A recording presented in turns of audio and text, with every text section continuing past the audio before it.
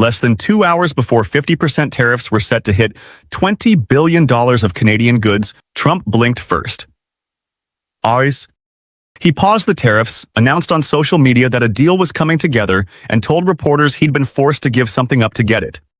Then Mark Carney did something that should genuinely worry anyone who thought Canada was about to crawl to the table and accept whatever Washington offered. He posted publicly that Canada entered these negotiations with the best overall trade terms of any country dealing with Trump's tariffs, and that the emerging deal reinforces that Canadian advantage. Not survives it, reinforces it. This is what it looks like when the country everyone expected to fold instead walks away holding more leverage than it started with. Here's what we're covering. First, we'll break down exactly what happened in the final hours before the deadline, because Trump's own words about this deal reveal more than you'd expect. Then we'll get into the actual terms taking shape, the real tariff cuts on steel, aluminum, and autos, straight from Bloomberg and Globe and Mail sourcing. After that, we'll cover Carney's public framing of this deal and why the specific language he chose matters so much strategically. We'll look at what Canada is giving up in return, because a fair breakdown means covering that honestly too. And finally, we'll talk about why this outcome looks less like Canada caving under pressure and more like Canada successfully flipping the entire negotiation on its head. Let's start with those final hours because the sequence of events here tells its own story.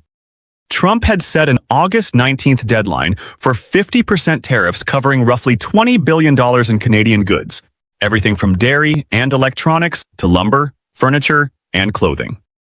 Less than 2 hours before that deadline hit at midnight, Trump posted on Truth Social that he was pausing the new tariffs for 3 days, citing a pending deal. Here's the detail worth sitting with. Trump himself admitted the concessions weren't one-sided. Talking to reporters Wednesday, he said plainly, quote, "Gotta give something, and we're doing certain things. We're paying a high number. We're reducing it a little bit." That's the President of the United States. On the record, the U.S. had to pay for, not something Canada describing this as something simply accepted. Now let's get into the actual terms, because multiple sources briefed on the talks have confirmed real, substantial cuts.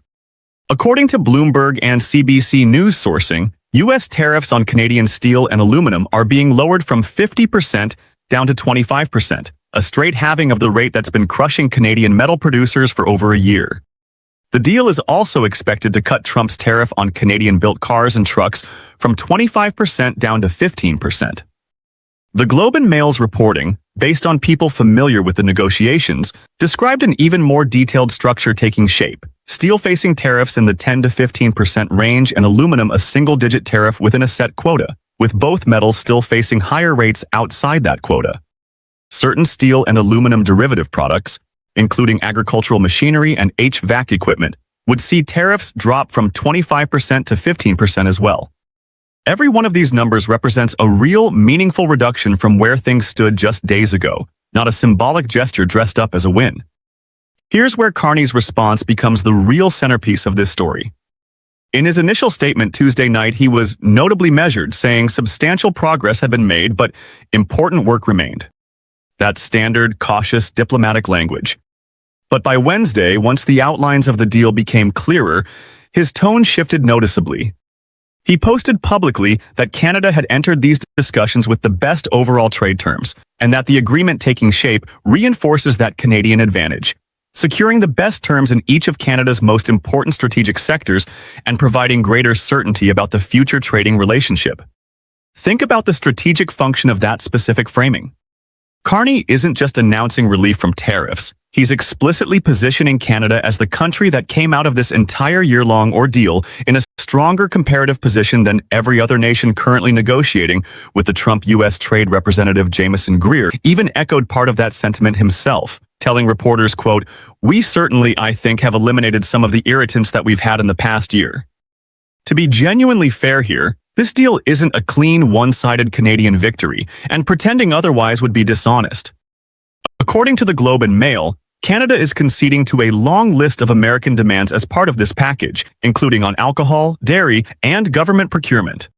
Carney has already asked the provincial premiers to consider putting American alcohol back on store shelves, the exact boycott that had cost U.S. producers over $580 million as part of this broader agreement. Trump himself framed the deal as delivering real wins for American farmers and manufacturers specifically, telling reporters, quote, "Our farmers are going to be thrilled. Our manufacturers are going to be thrilled."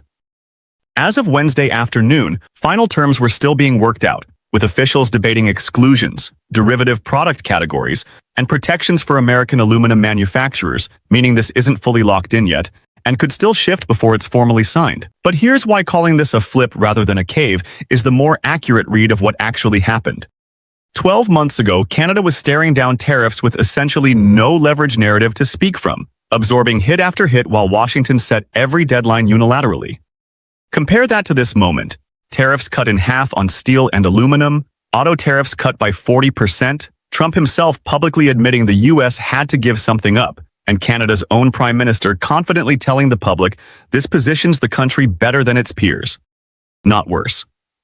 Along the way, Canada built an entirely separate set of leverage points that had nothing to do with this specific negotiation, aluminum exports pivoting to Europe at record prices, a $100 billion submarine deal going to Germany instead of American shipbuilders, provincial bond issuances quietly dropping American banks, and a consumer boycott so effective the White House's own paperwork had to document its success. None of that leverage came from begging Washington for mercy. It came from Canada spending a year demonstrating, repeatedly, that it had real alternatives to depending entirely on American goodwill. So that's the full picture. Trump set a deadline, expecting leverage to force Canada's hand, and instead walked away from the final hours needing to publicly admit he'd had to give something up, while Canada's own leader confidently told the country this deal reinforces an advantage it built over the entire past year, not one it stumbled into at the last minute.